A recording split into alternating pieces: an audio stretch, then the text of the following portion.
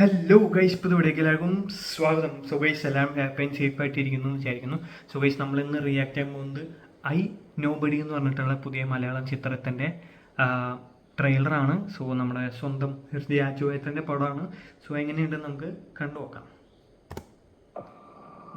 രാജു സമ്പാദിക്കാത്ത കുറച്ച് സ്വത്തുണ്ടല്ലേ, എല്ലാരും കൂടെ അധ്വാനിച്ചൊരു മുതല് സാറിന് സ്വന്തമായിട്ട് വീഴണമെന്ന് വിചാരിച്ചാൽ അത് കുറച്ച് കൂടുതലല്ലേ സാറേ? അതുകൊണ്ട് സാറിന് കിട്ടിയ മുതലിന്റെ പകുതി ഞാകത കിട്ടിയത് മുഴുവൻ ദേഹത്തുണ്ട്. പകുതിയാക്കണ്ട, മൊത്തമായിട്ട് തന്നേക്കാം.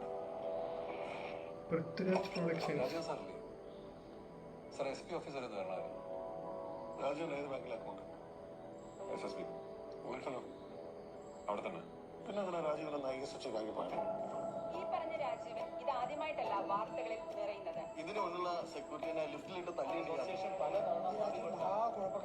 താനിങ്ങനെ എന്നും ഓരോ പ്രശ്നങ്ങൾ ഉണ്ടാക്കിക്കൊണ്ടാണ് ഞങ്ങൾ പോലീസുകാരെ പെട്ടുപോയല്ലോ. എന്ത് ചെയ്യാനാ സാറേ, കയ്യിലിരിപ്പ് പണ്ടേ കുറച്ച് മോശം. ബാങ്കിന്റെ ക്യാഷ് ഔട്ട് കറങ്ങി തിരിച്ചടക്കാൻ പറ്റില്ല. ഇവിടെയൊക്കെ പൈസ വെക്കുന്ന safe. Director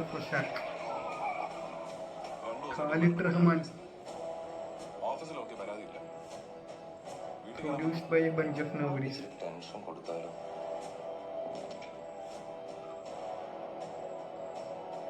Edited by a nobody. Mistake ആവും, അത് ഞാൻ തന്നെ കറക്റ്റ് ചെയ്തോളാം. പക്ഷേ കറക്റ്റ് ചെയ്യുന്ന നീ പറയുന്നത് നിന്റെ ഈ മിസ്റ്റേക്ക് ഇല്ലേ, പോലീസുകാർക്ക് എല്ലാവർക്കും മനസ്സിലായിട്ടുണ്ട്.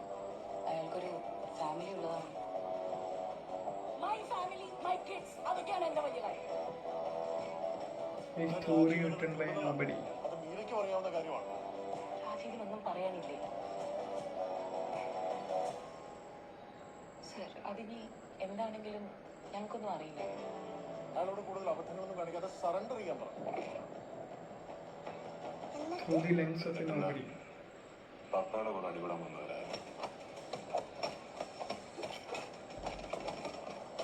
ഇപ്പം ജീവനോടില്ല. Mass. 9th July 2026.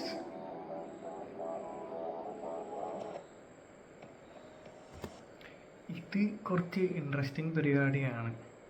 ഒരു ലക്കി ഭാസ്കറിലുള്ള പോലെ ബാങ്ക് ഉദ്യോഗസ്ഥനാണ്.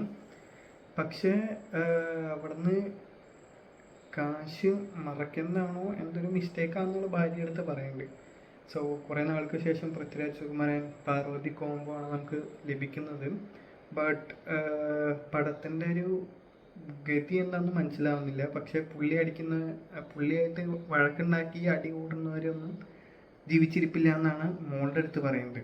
സോ കുറച്ചധികം ഫൈറ്റ് സീക്വൻസും കാര്യങ്ങളൊക്കെ നമുക്ക് കാണാൻ സാധിക്കും തോന്നുന്നു. പിന്നെ നമ്മുടെ ആലപ്പുഴ ജിംഖാന തല്ലുമാലൊക്കെ ഡയറക്റ്റ് നമ്മുടെ ഖാലിദ് റഹ്മാൻ ആണ്.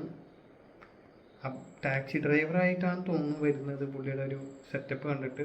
പിന്നെ വേറെയും കുറേ ആക്ടേഴ്സ് ഉണ്ട്. So this is quite interesting.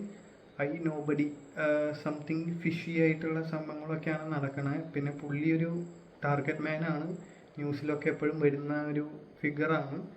But എന്തുകൊണ്ട് അങ്ങനെ വരുന്നു എന്നുള്ളത് മനസ്സിലാവുന്നില്ല. So let's wait for it.